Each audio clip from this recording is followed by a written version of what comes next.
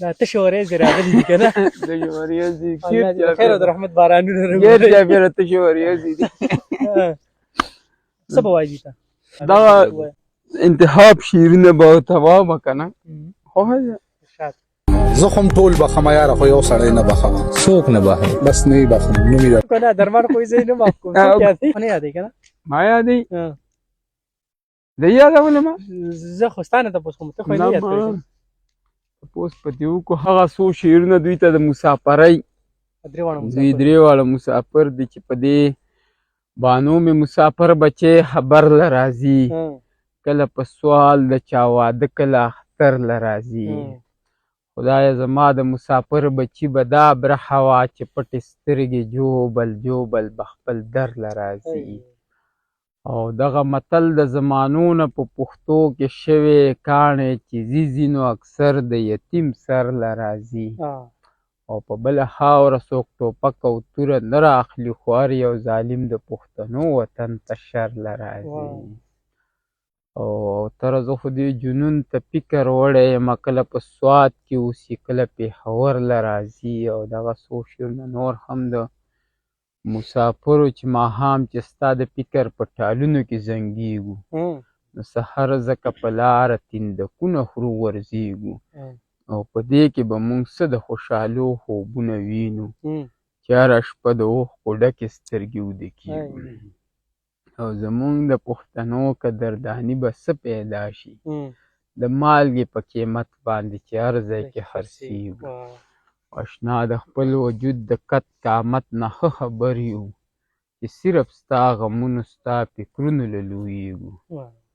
او چې مونږ مسافر خو پکې کله کله یاد کړې په دې باندې او تره ستا غزل ته خوشحالېږو او دغه څو شعرونه نور هم انتخاب د اقبال مومند صاحب چې خوږې نه لګي خوږې نه لګي یاره ښې خبرې په چا ښې نه لګي یاره هر یو سر خو سرکشي کولی نه شي په هر قبر خو جنډې نه لګي یاره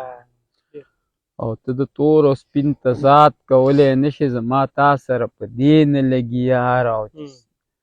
دې حالاتو کې غزل ویل پکار دي چې سیلۍ وي نو ډیوې نه لګي یاره او دغه څو شعرونه نور هم د اقبال مومند صاحب چې ای هی د انتظار له کیفیته خبر نه دي دا خلک په ترخو کې له خوږلته خبر نه دي له ننګه خبر نه دي او له پته خبر نه دي دا بعضې خلک له غیرته خبر نه دي هغو چې ستا له قده له قامته خبر نه دي نو غم ورسره نشته له قیامته خبر نه دي او هغو د استسقا منځونه وکړل دعا غواړي زمونږ د کچه کوټې له چته خبر نه دي او زما د څنګ یاران زما دا نوې جامې ګوري زما په وجود بار له اذیته خبر نه دي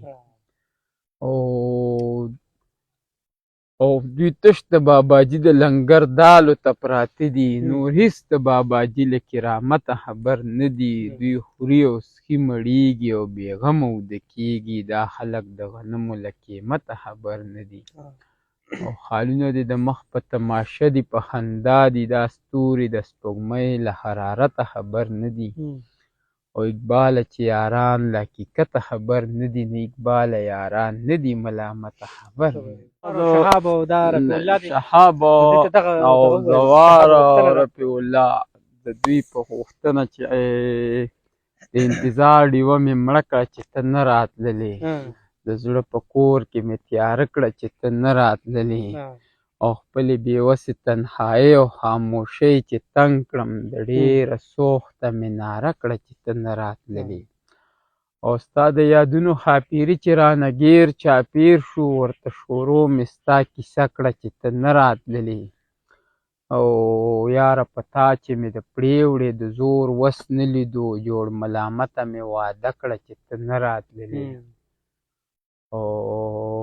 بیا پکې ماله کروندې د مینې خوند نه راکه د جنون دښته مې تاله کړه چې ته نه راتللې او تره ډېر مې ورته وکتل په تمه اخیر مې پورې دروازه کړه چې ته نه راتللې او ستړي ژوندون ته په یو دوه کې حیران خلک شته دی. دلته کې اوس کوم په لمبو د ګزران خلک شته دی. او خانجي شیشه د موټر ښکته که چې وی وینې د ژوند په لاره لا خپیبلې روان خلک شته دی. او صرف خوارانو ته نن راشه دلته څوک نه وایي مړه غاټانو ته د زار او قربان خلک شته دی. یوازې دا نه چې ژوندی به یمه ګران په ډېرو د مرګ نه پس راپسې هم د ارمان خلک شته دی. او زما د شعر د مینوالو نه دا پته لګي چې په پښتو باندې بلا مینان خلک شته دی. دا دې تاسو ته ډېره زیاته مننه. بس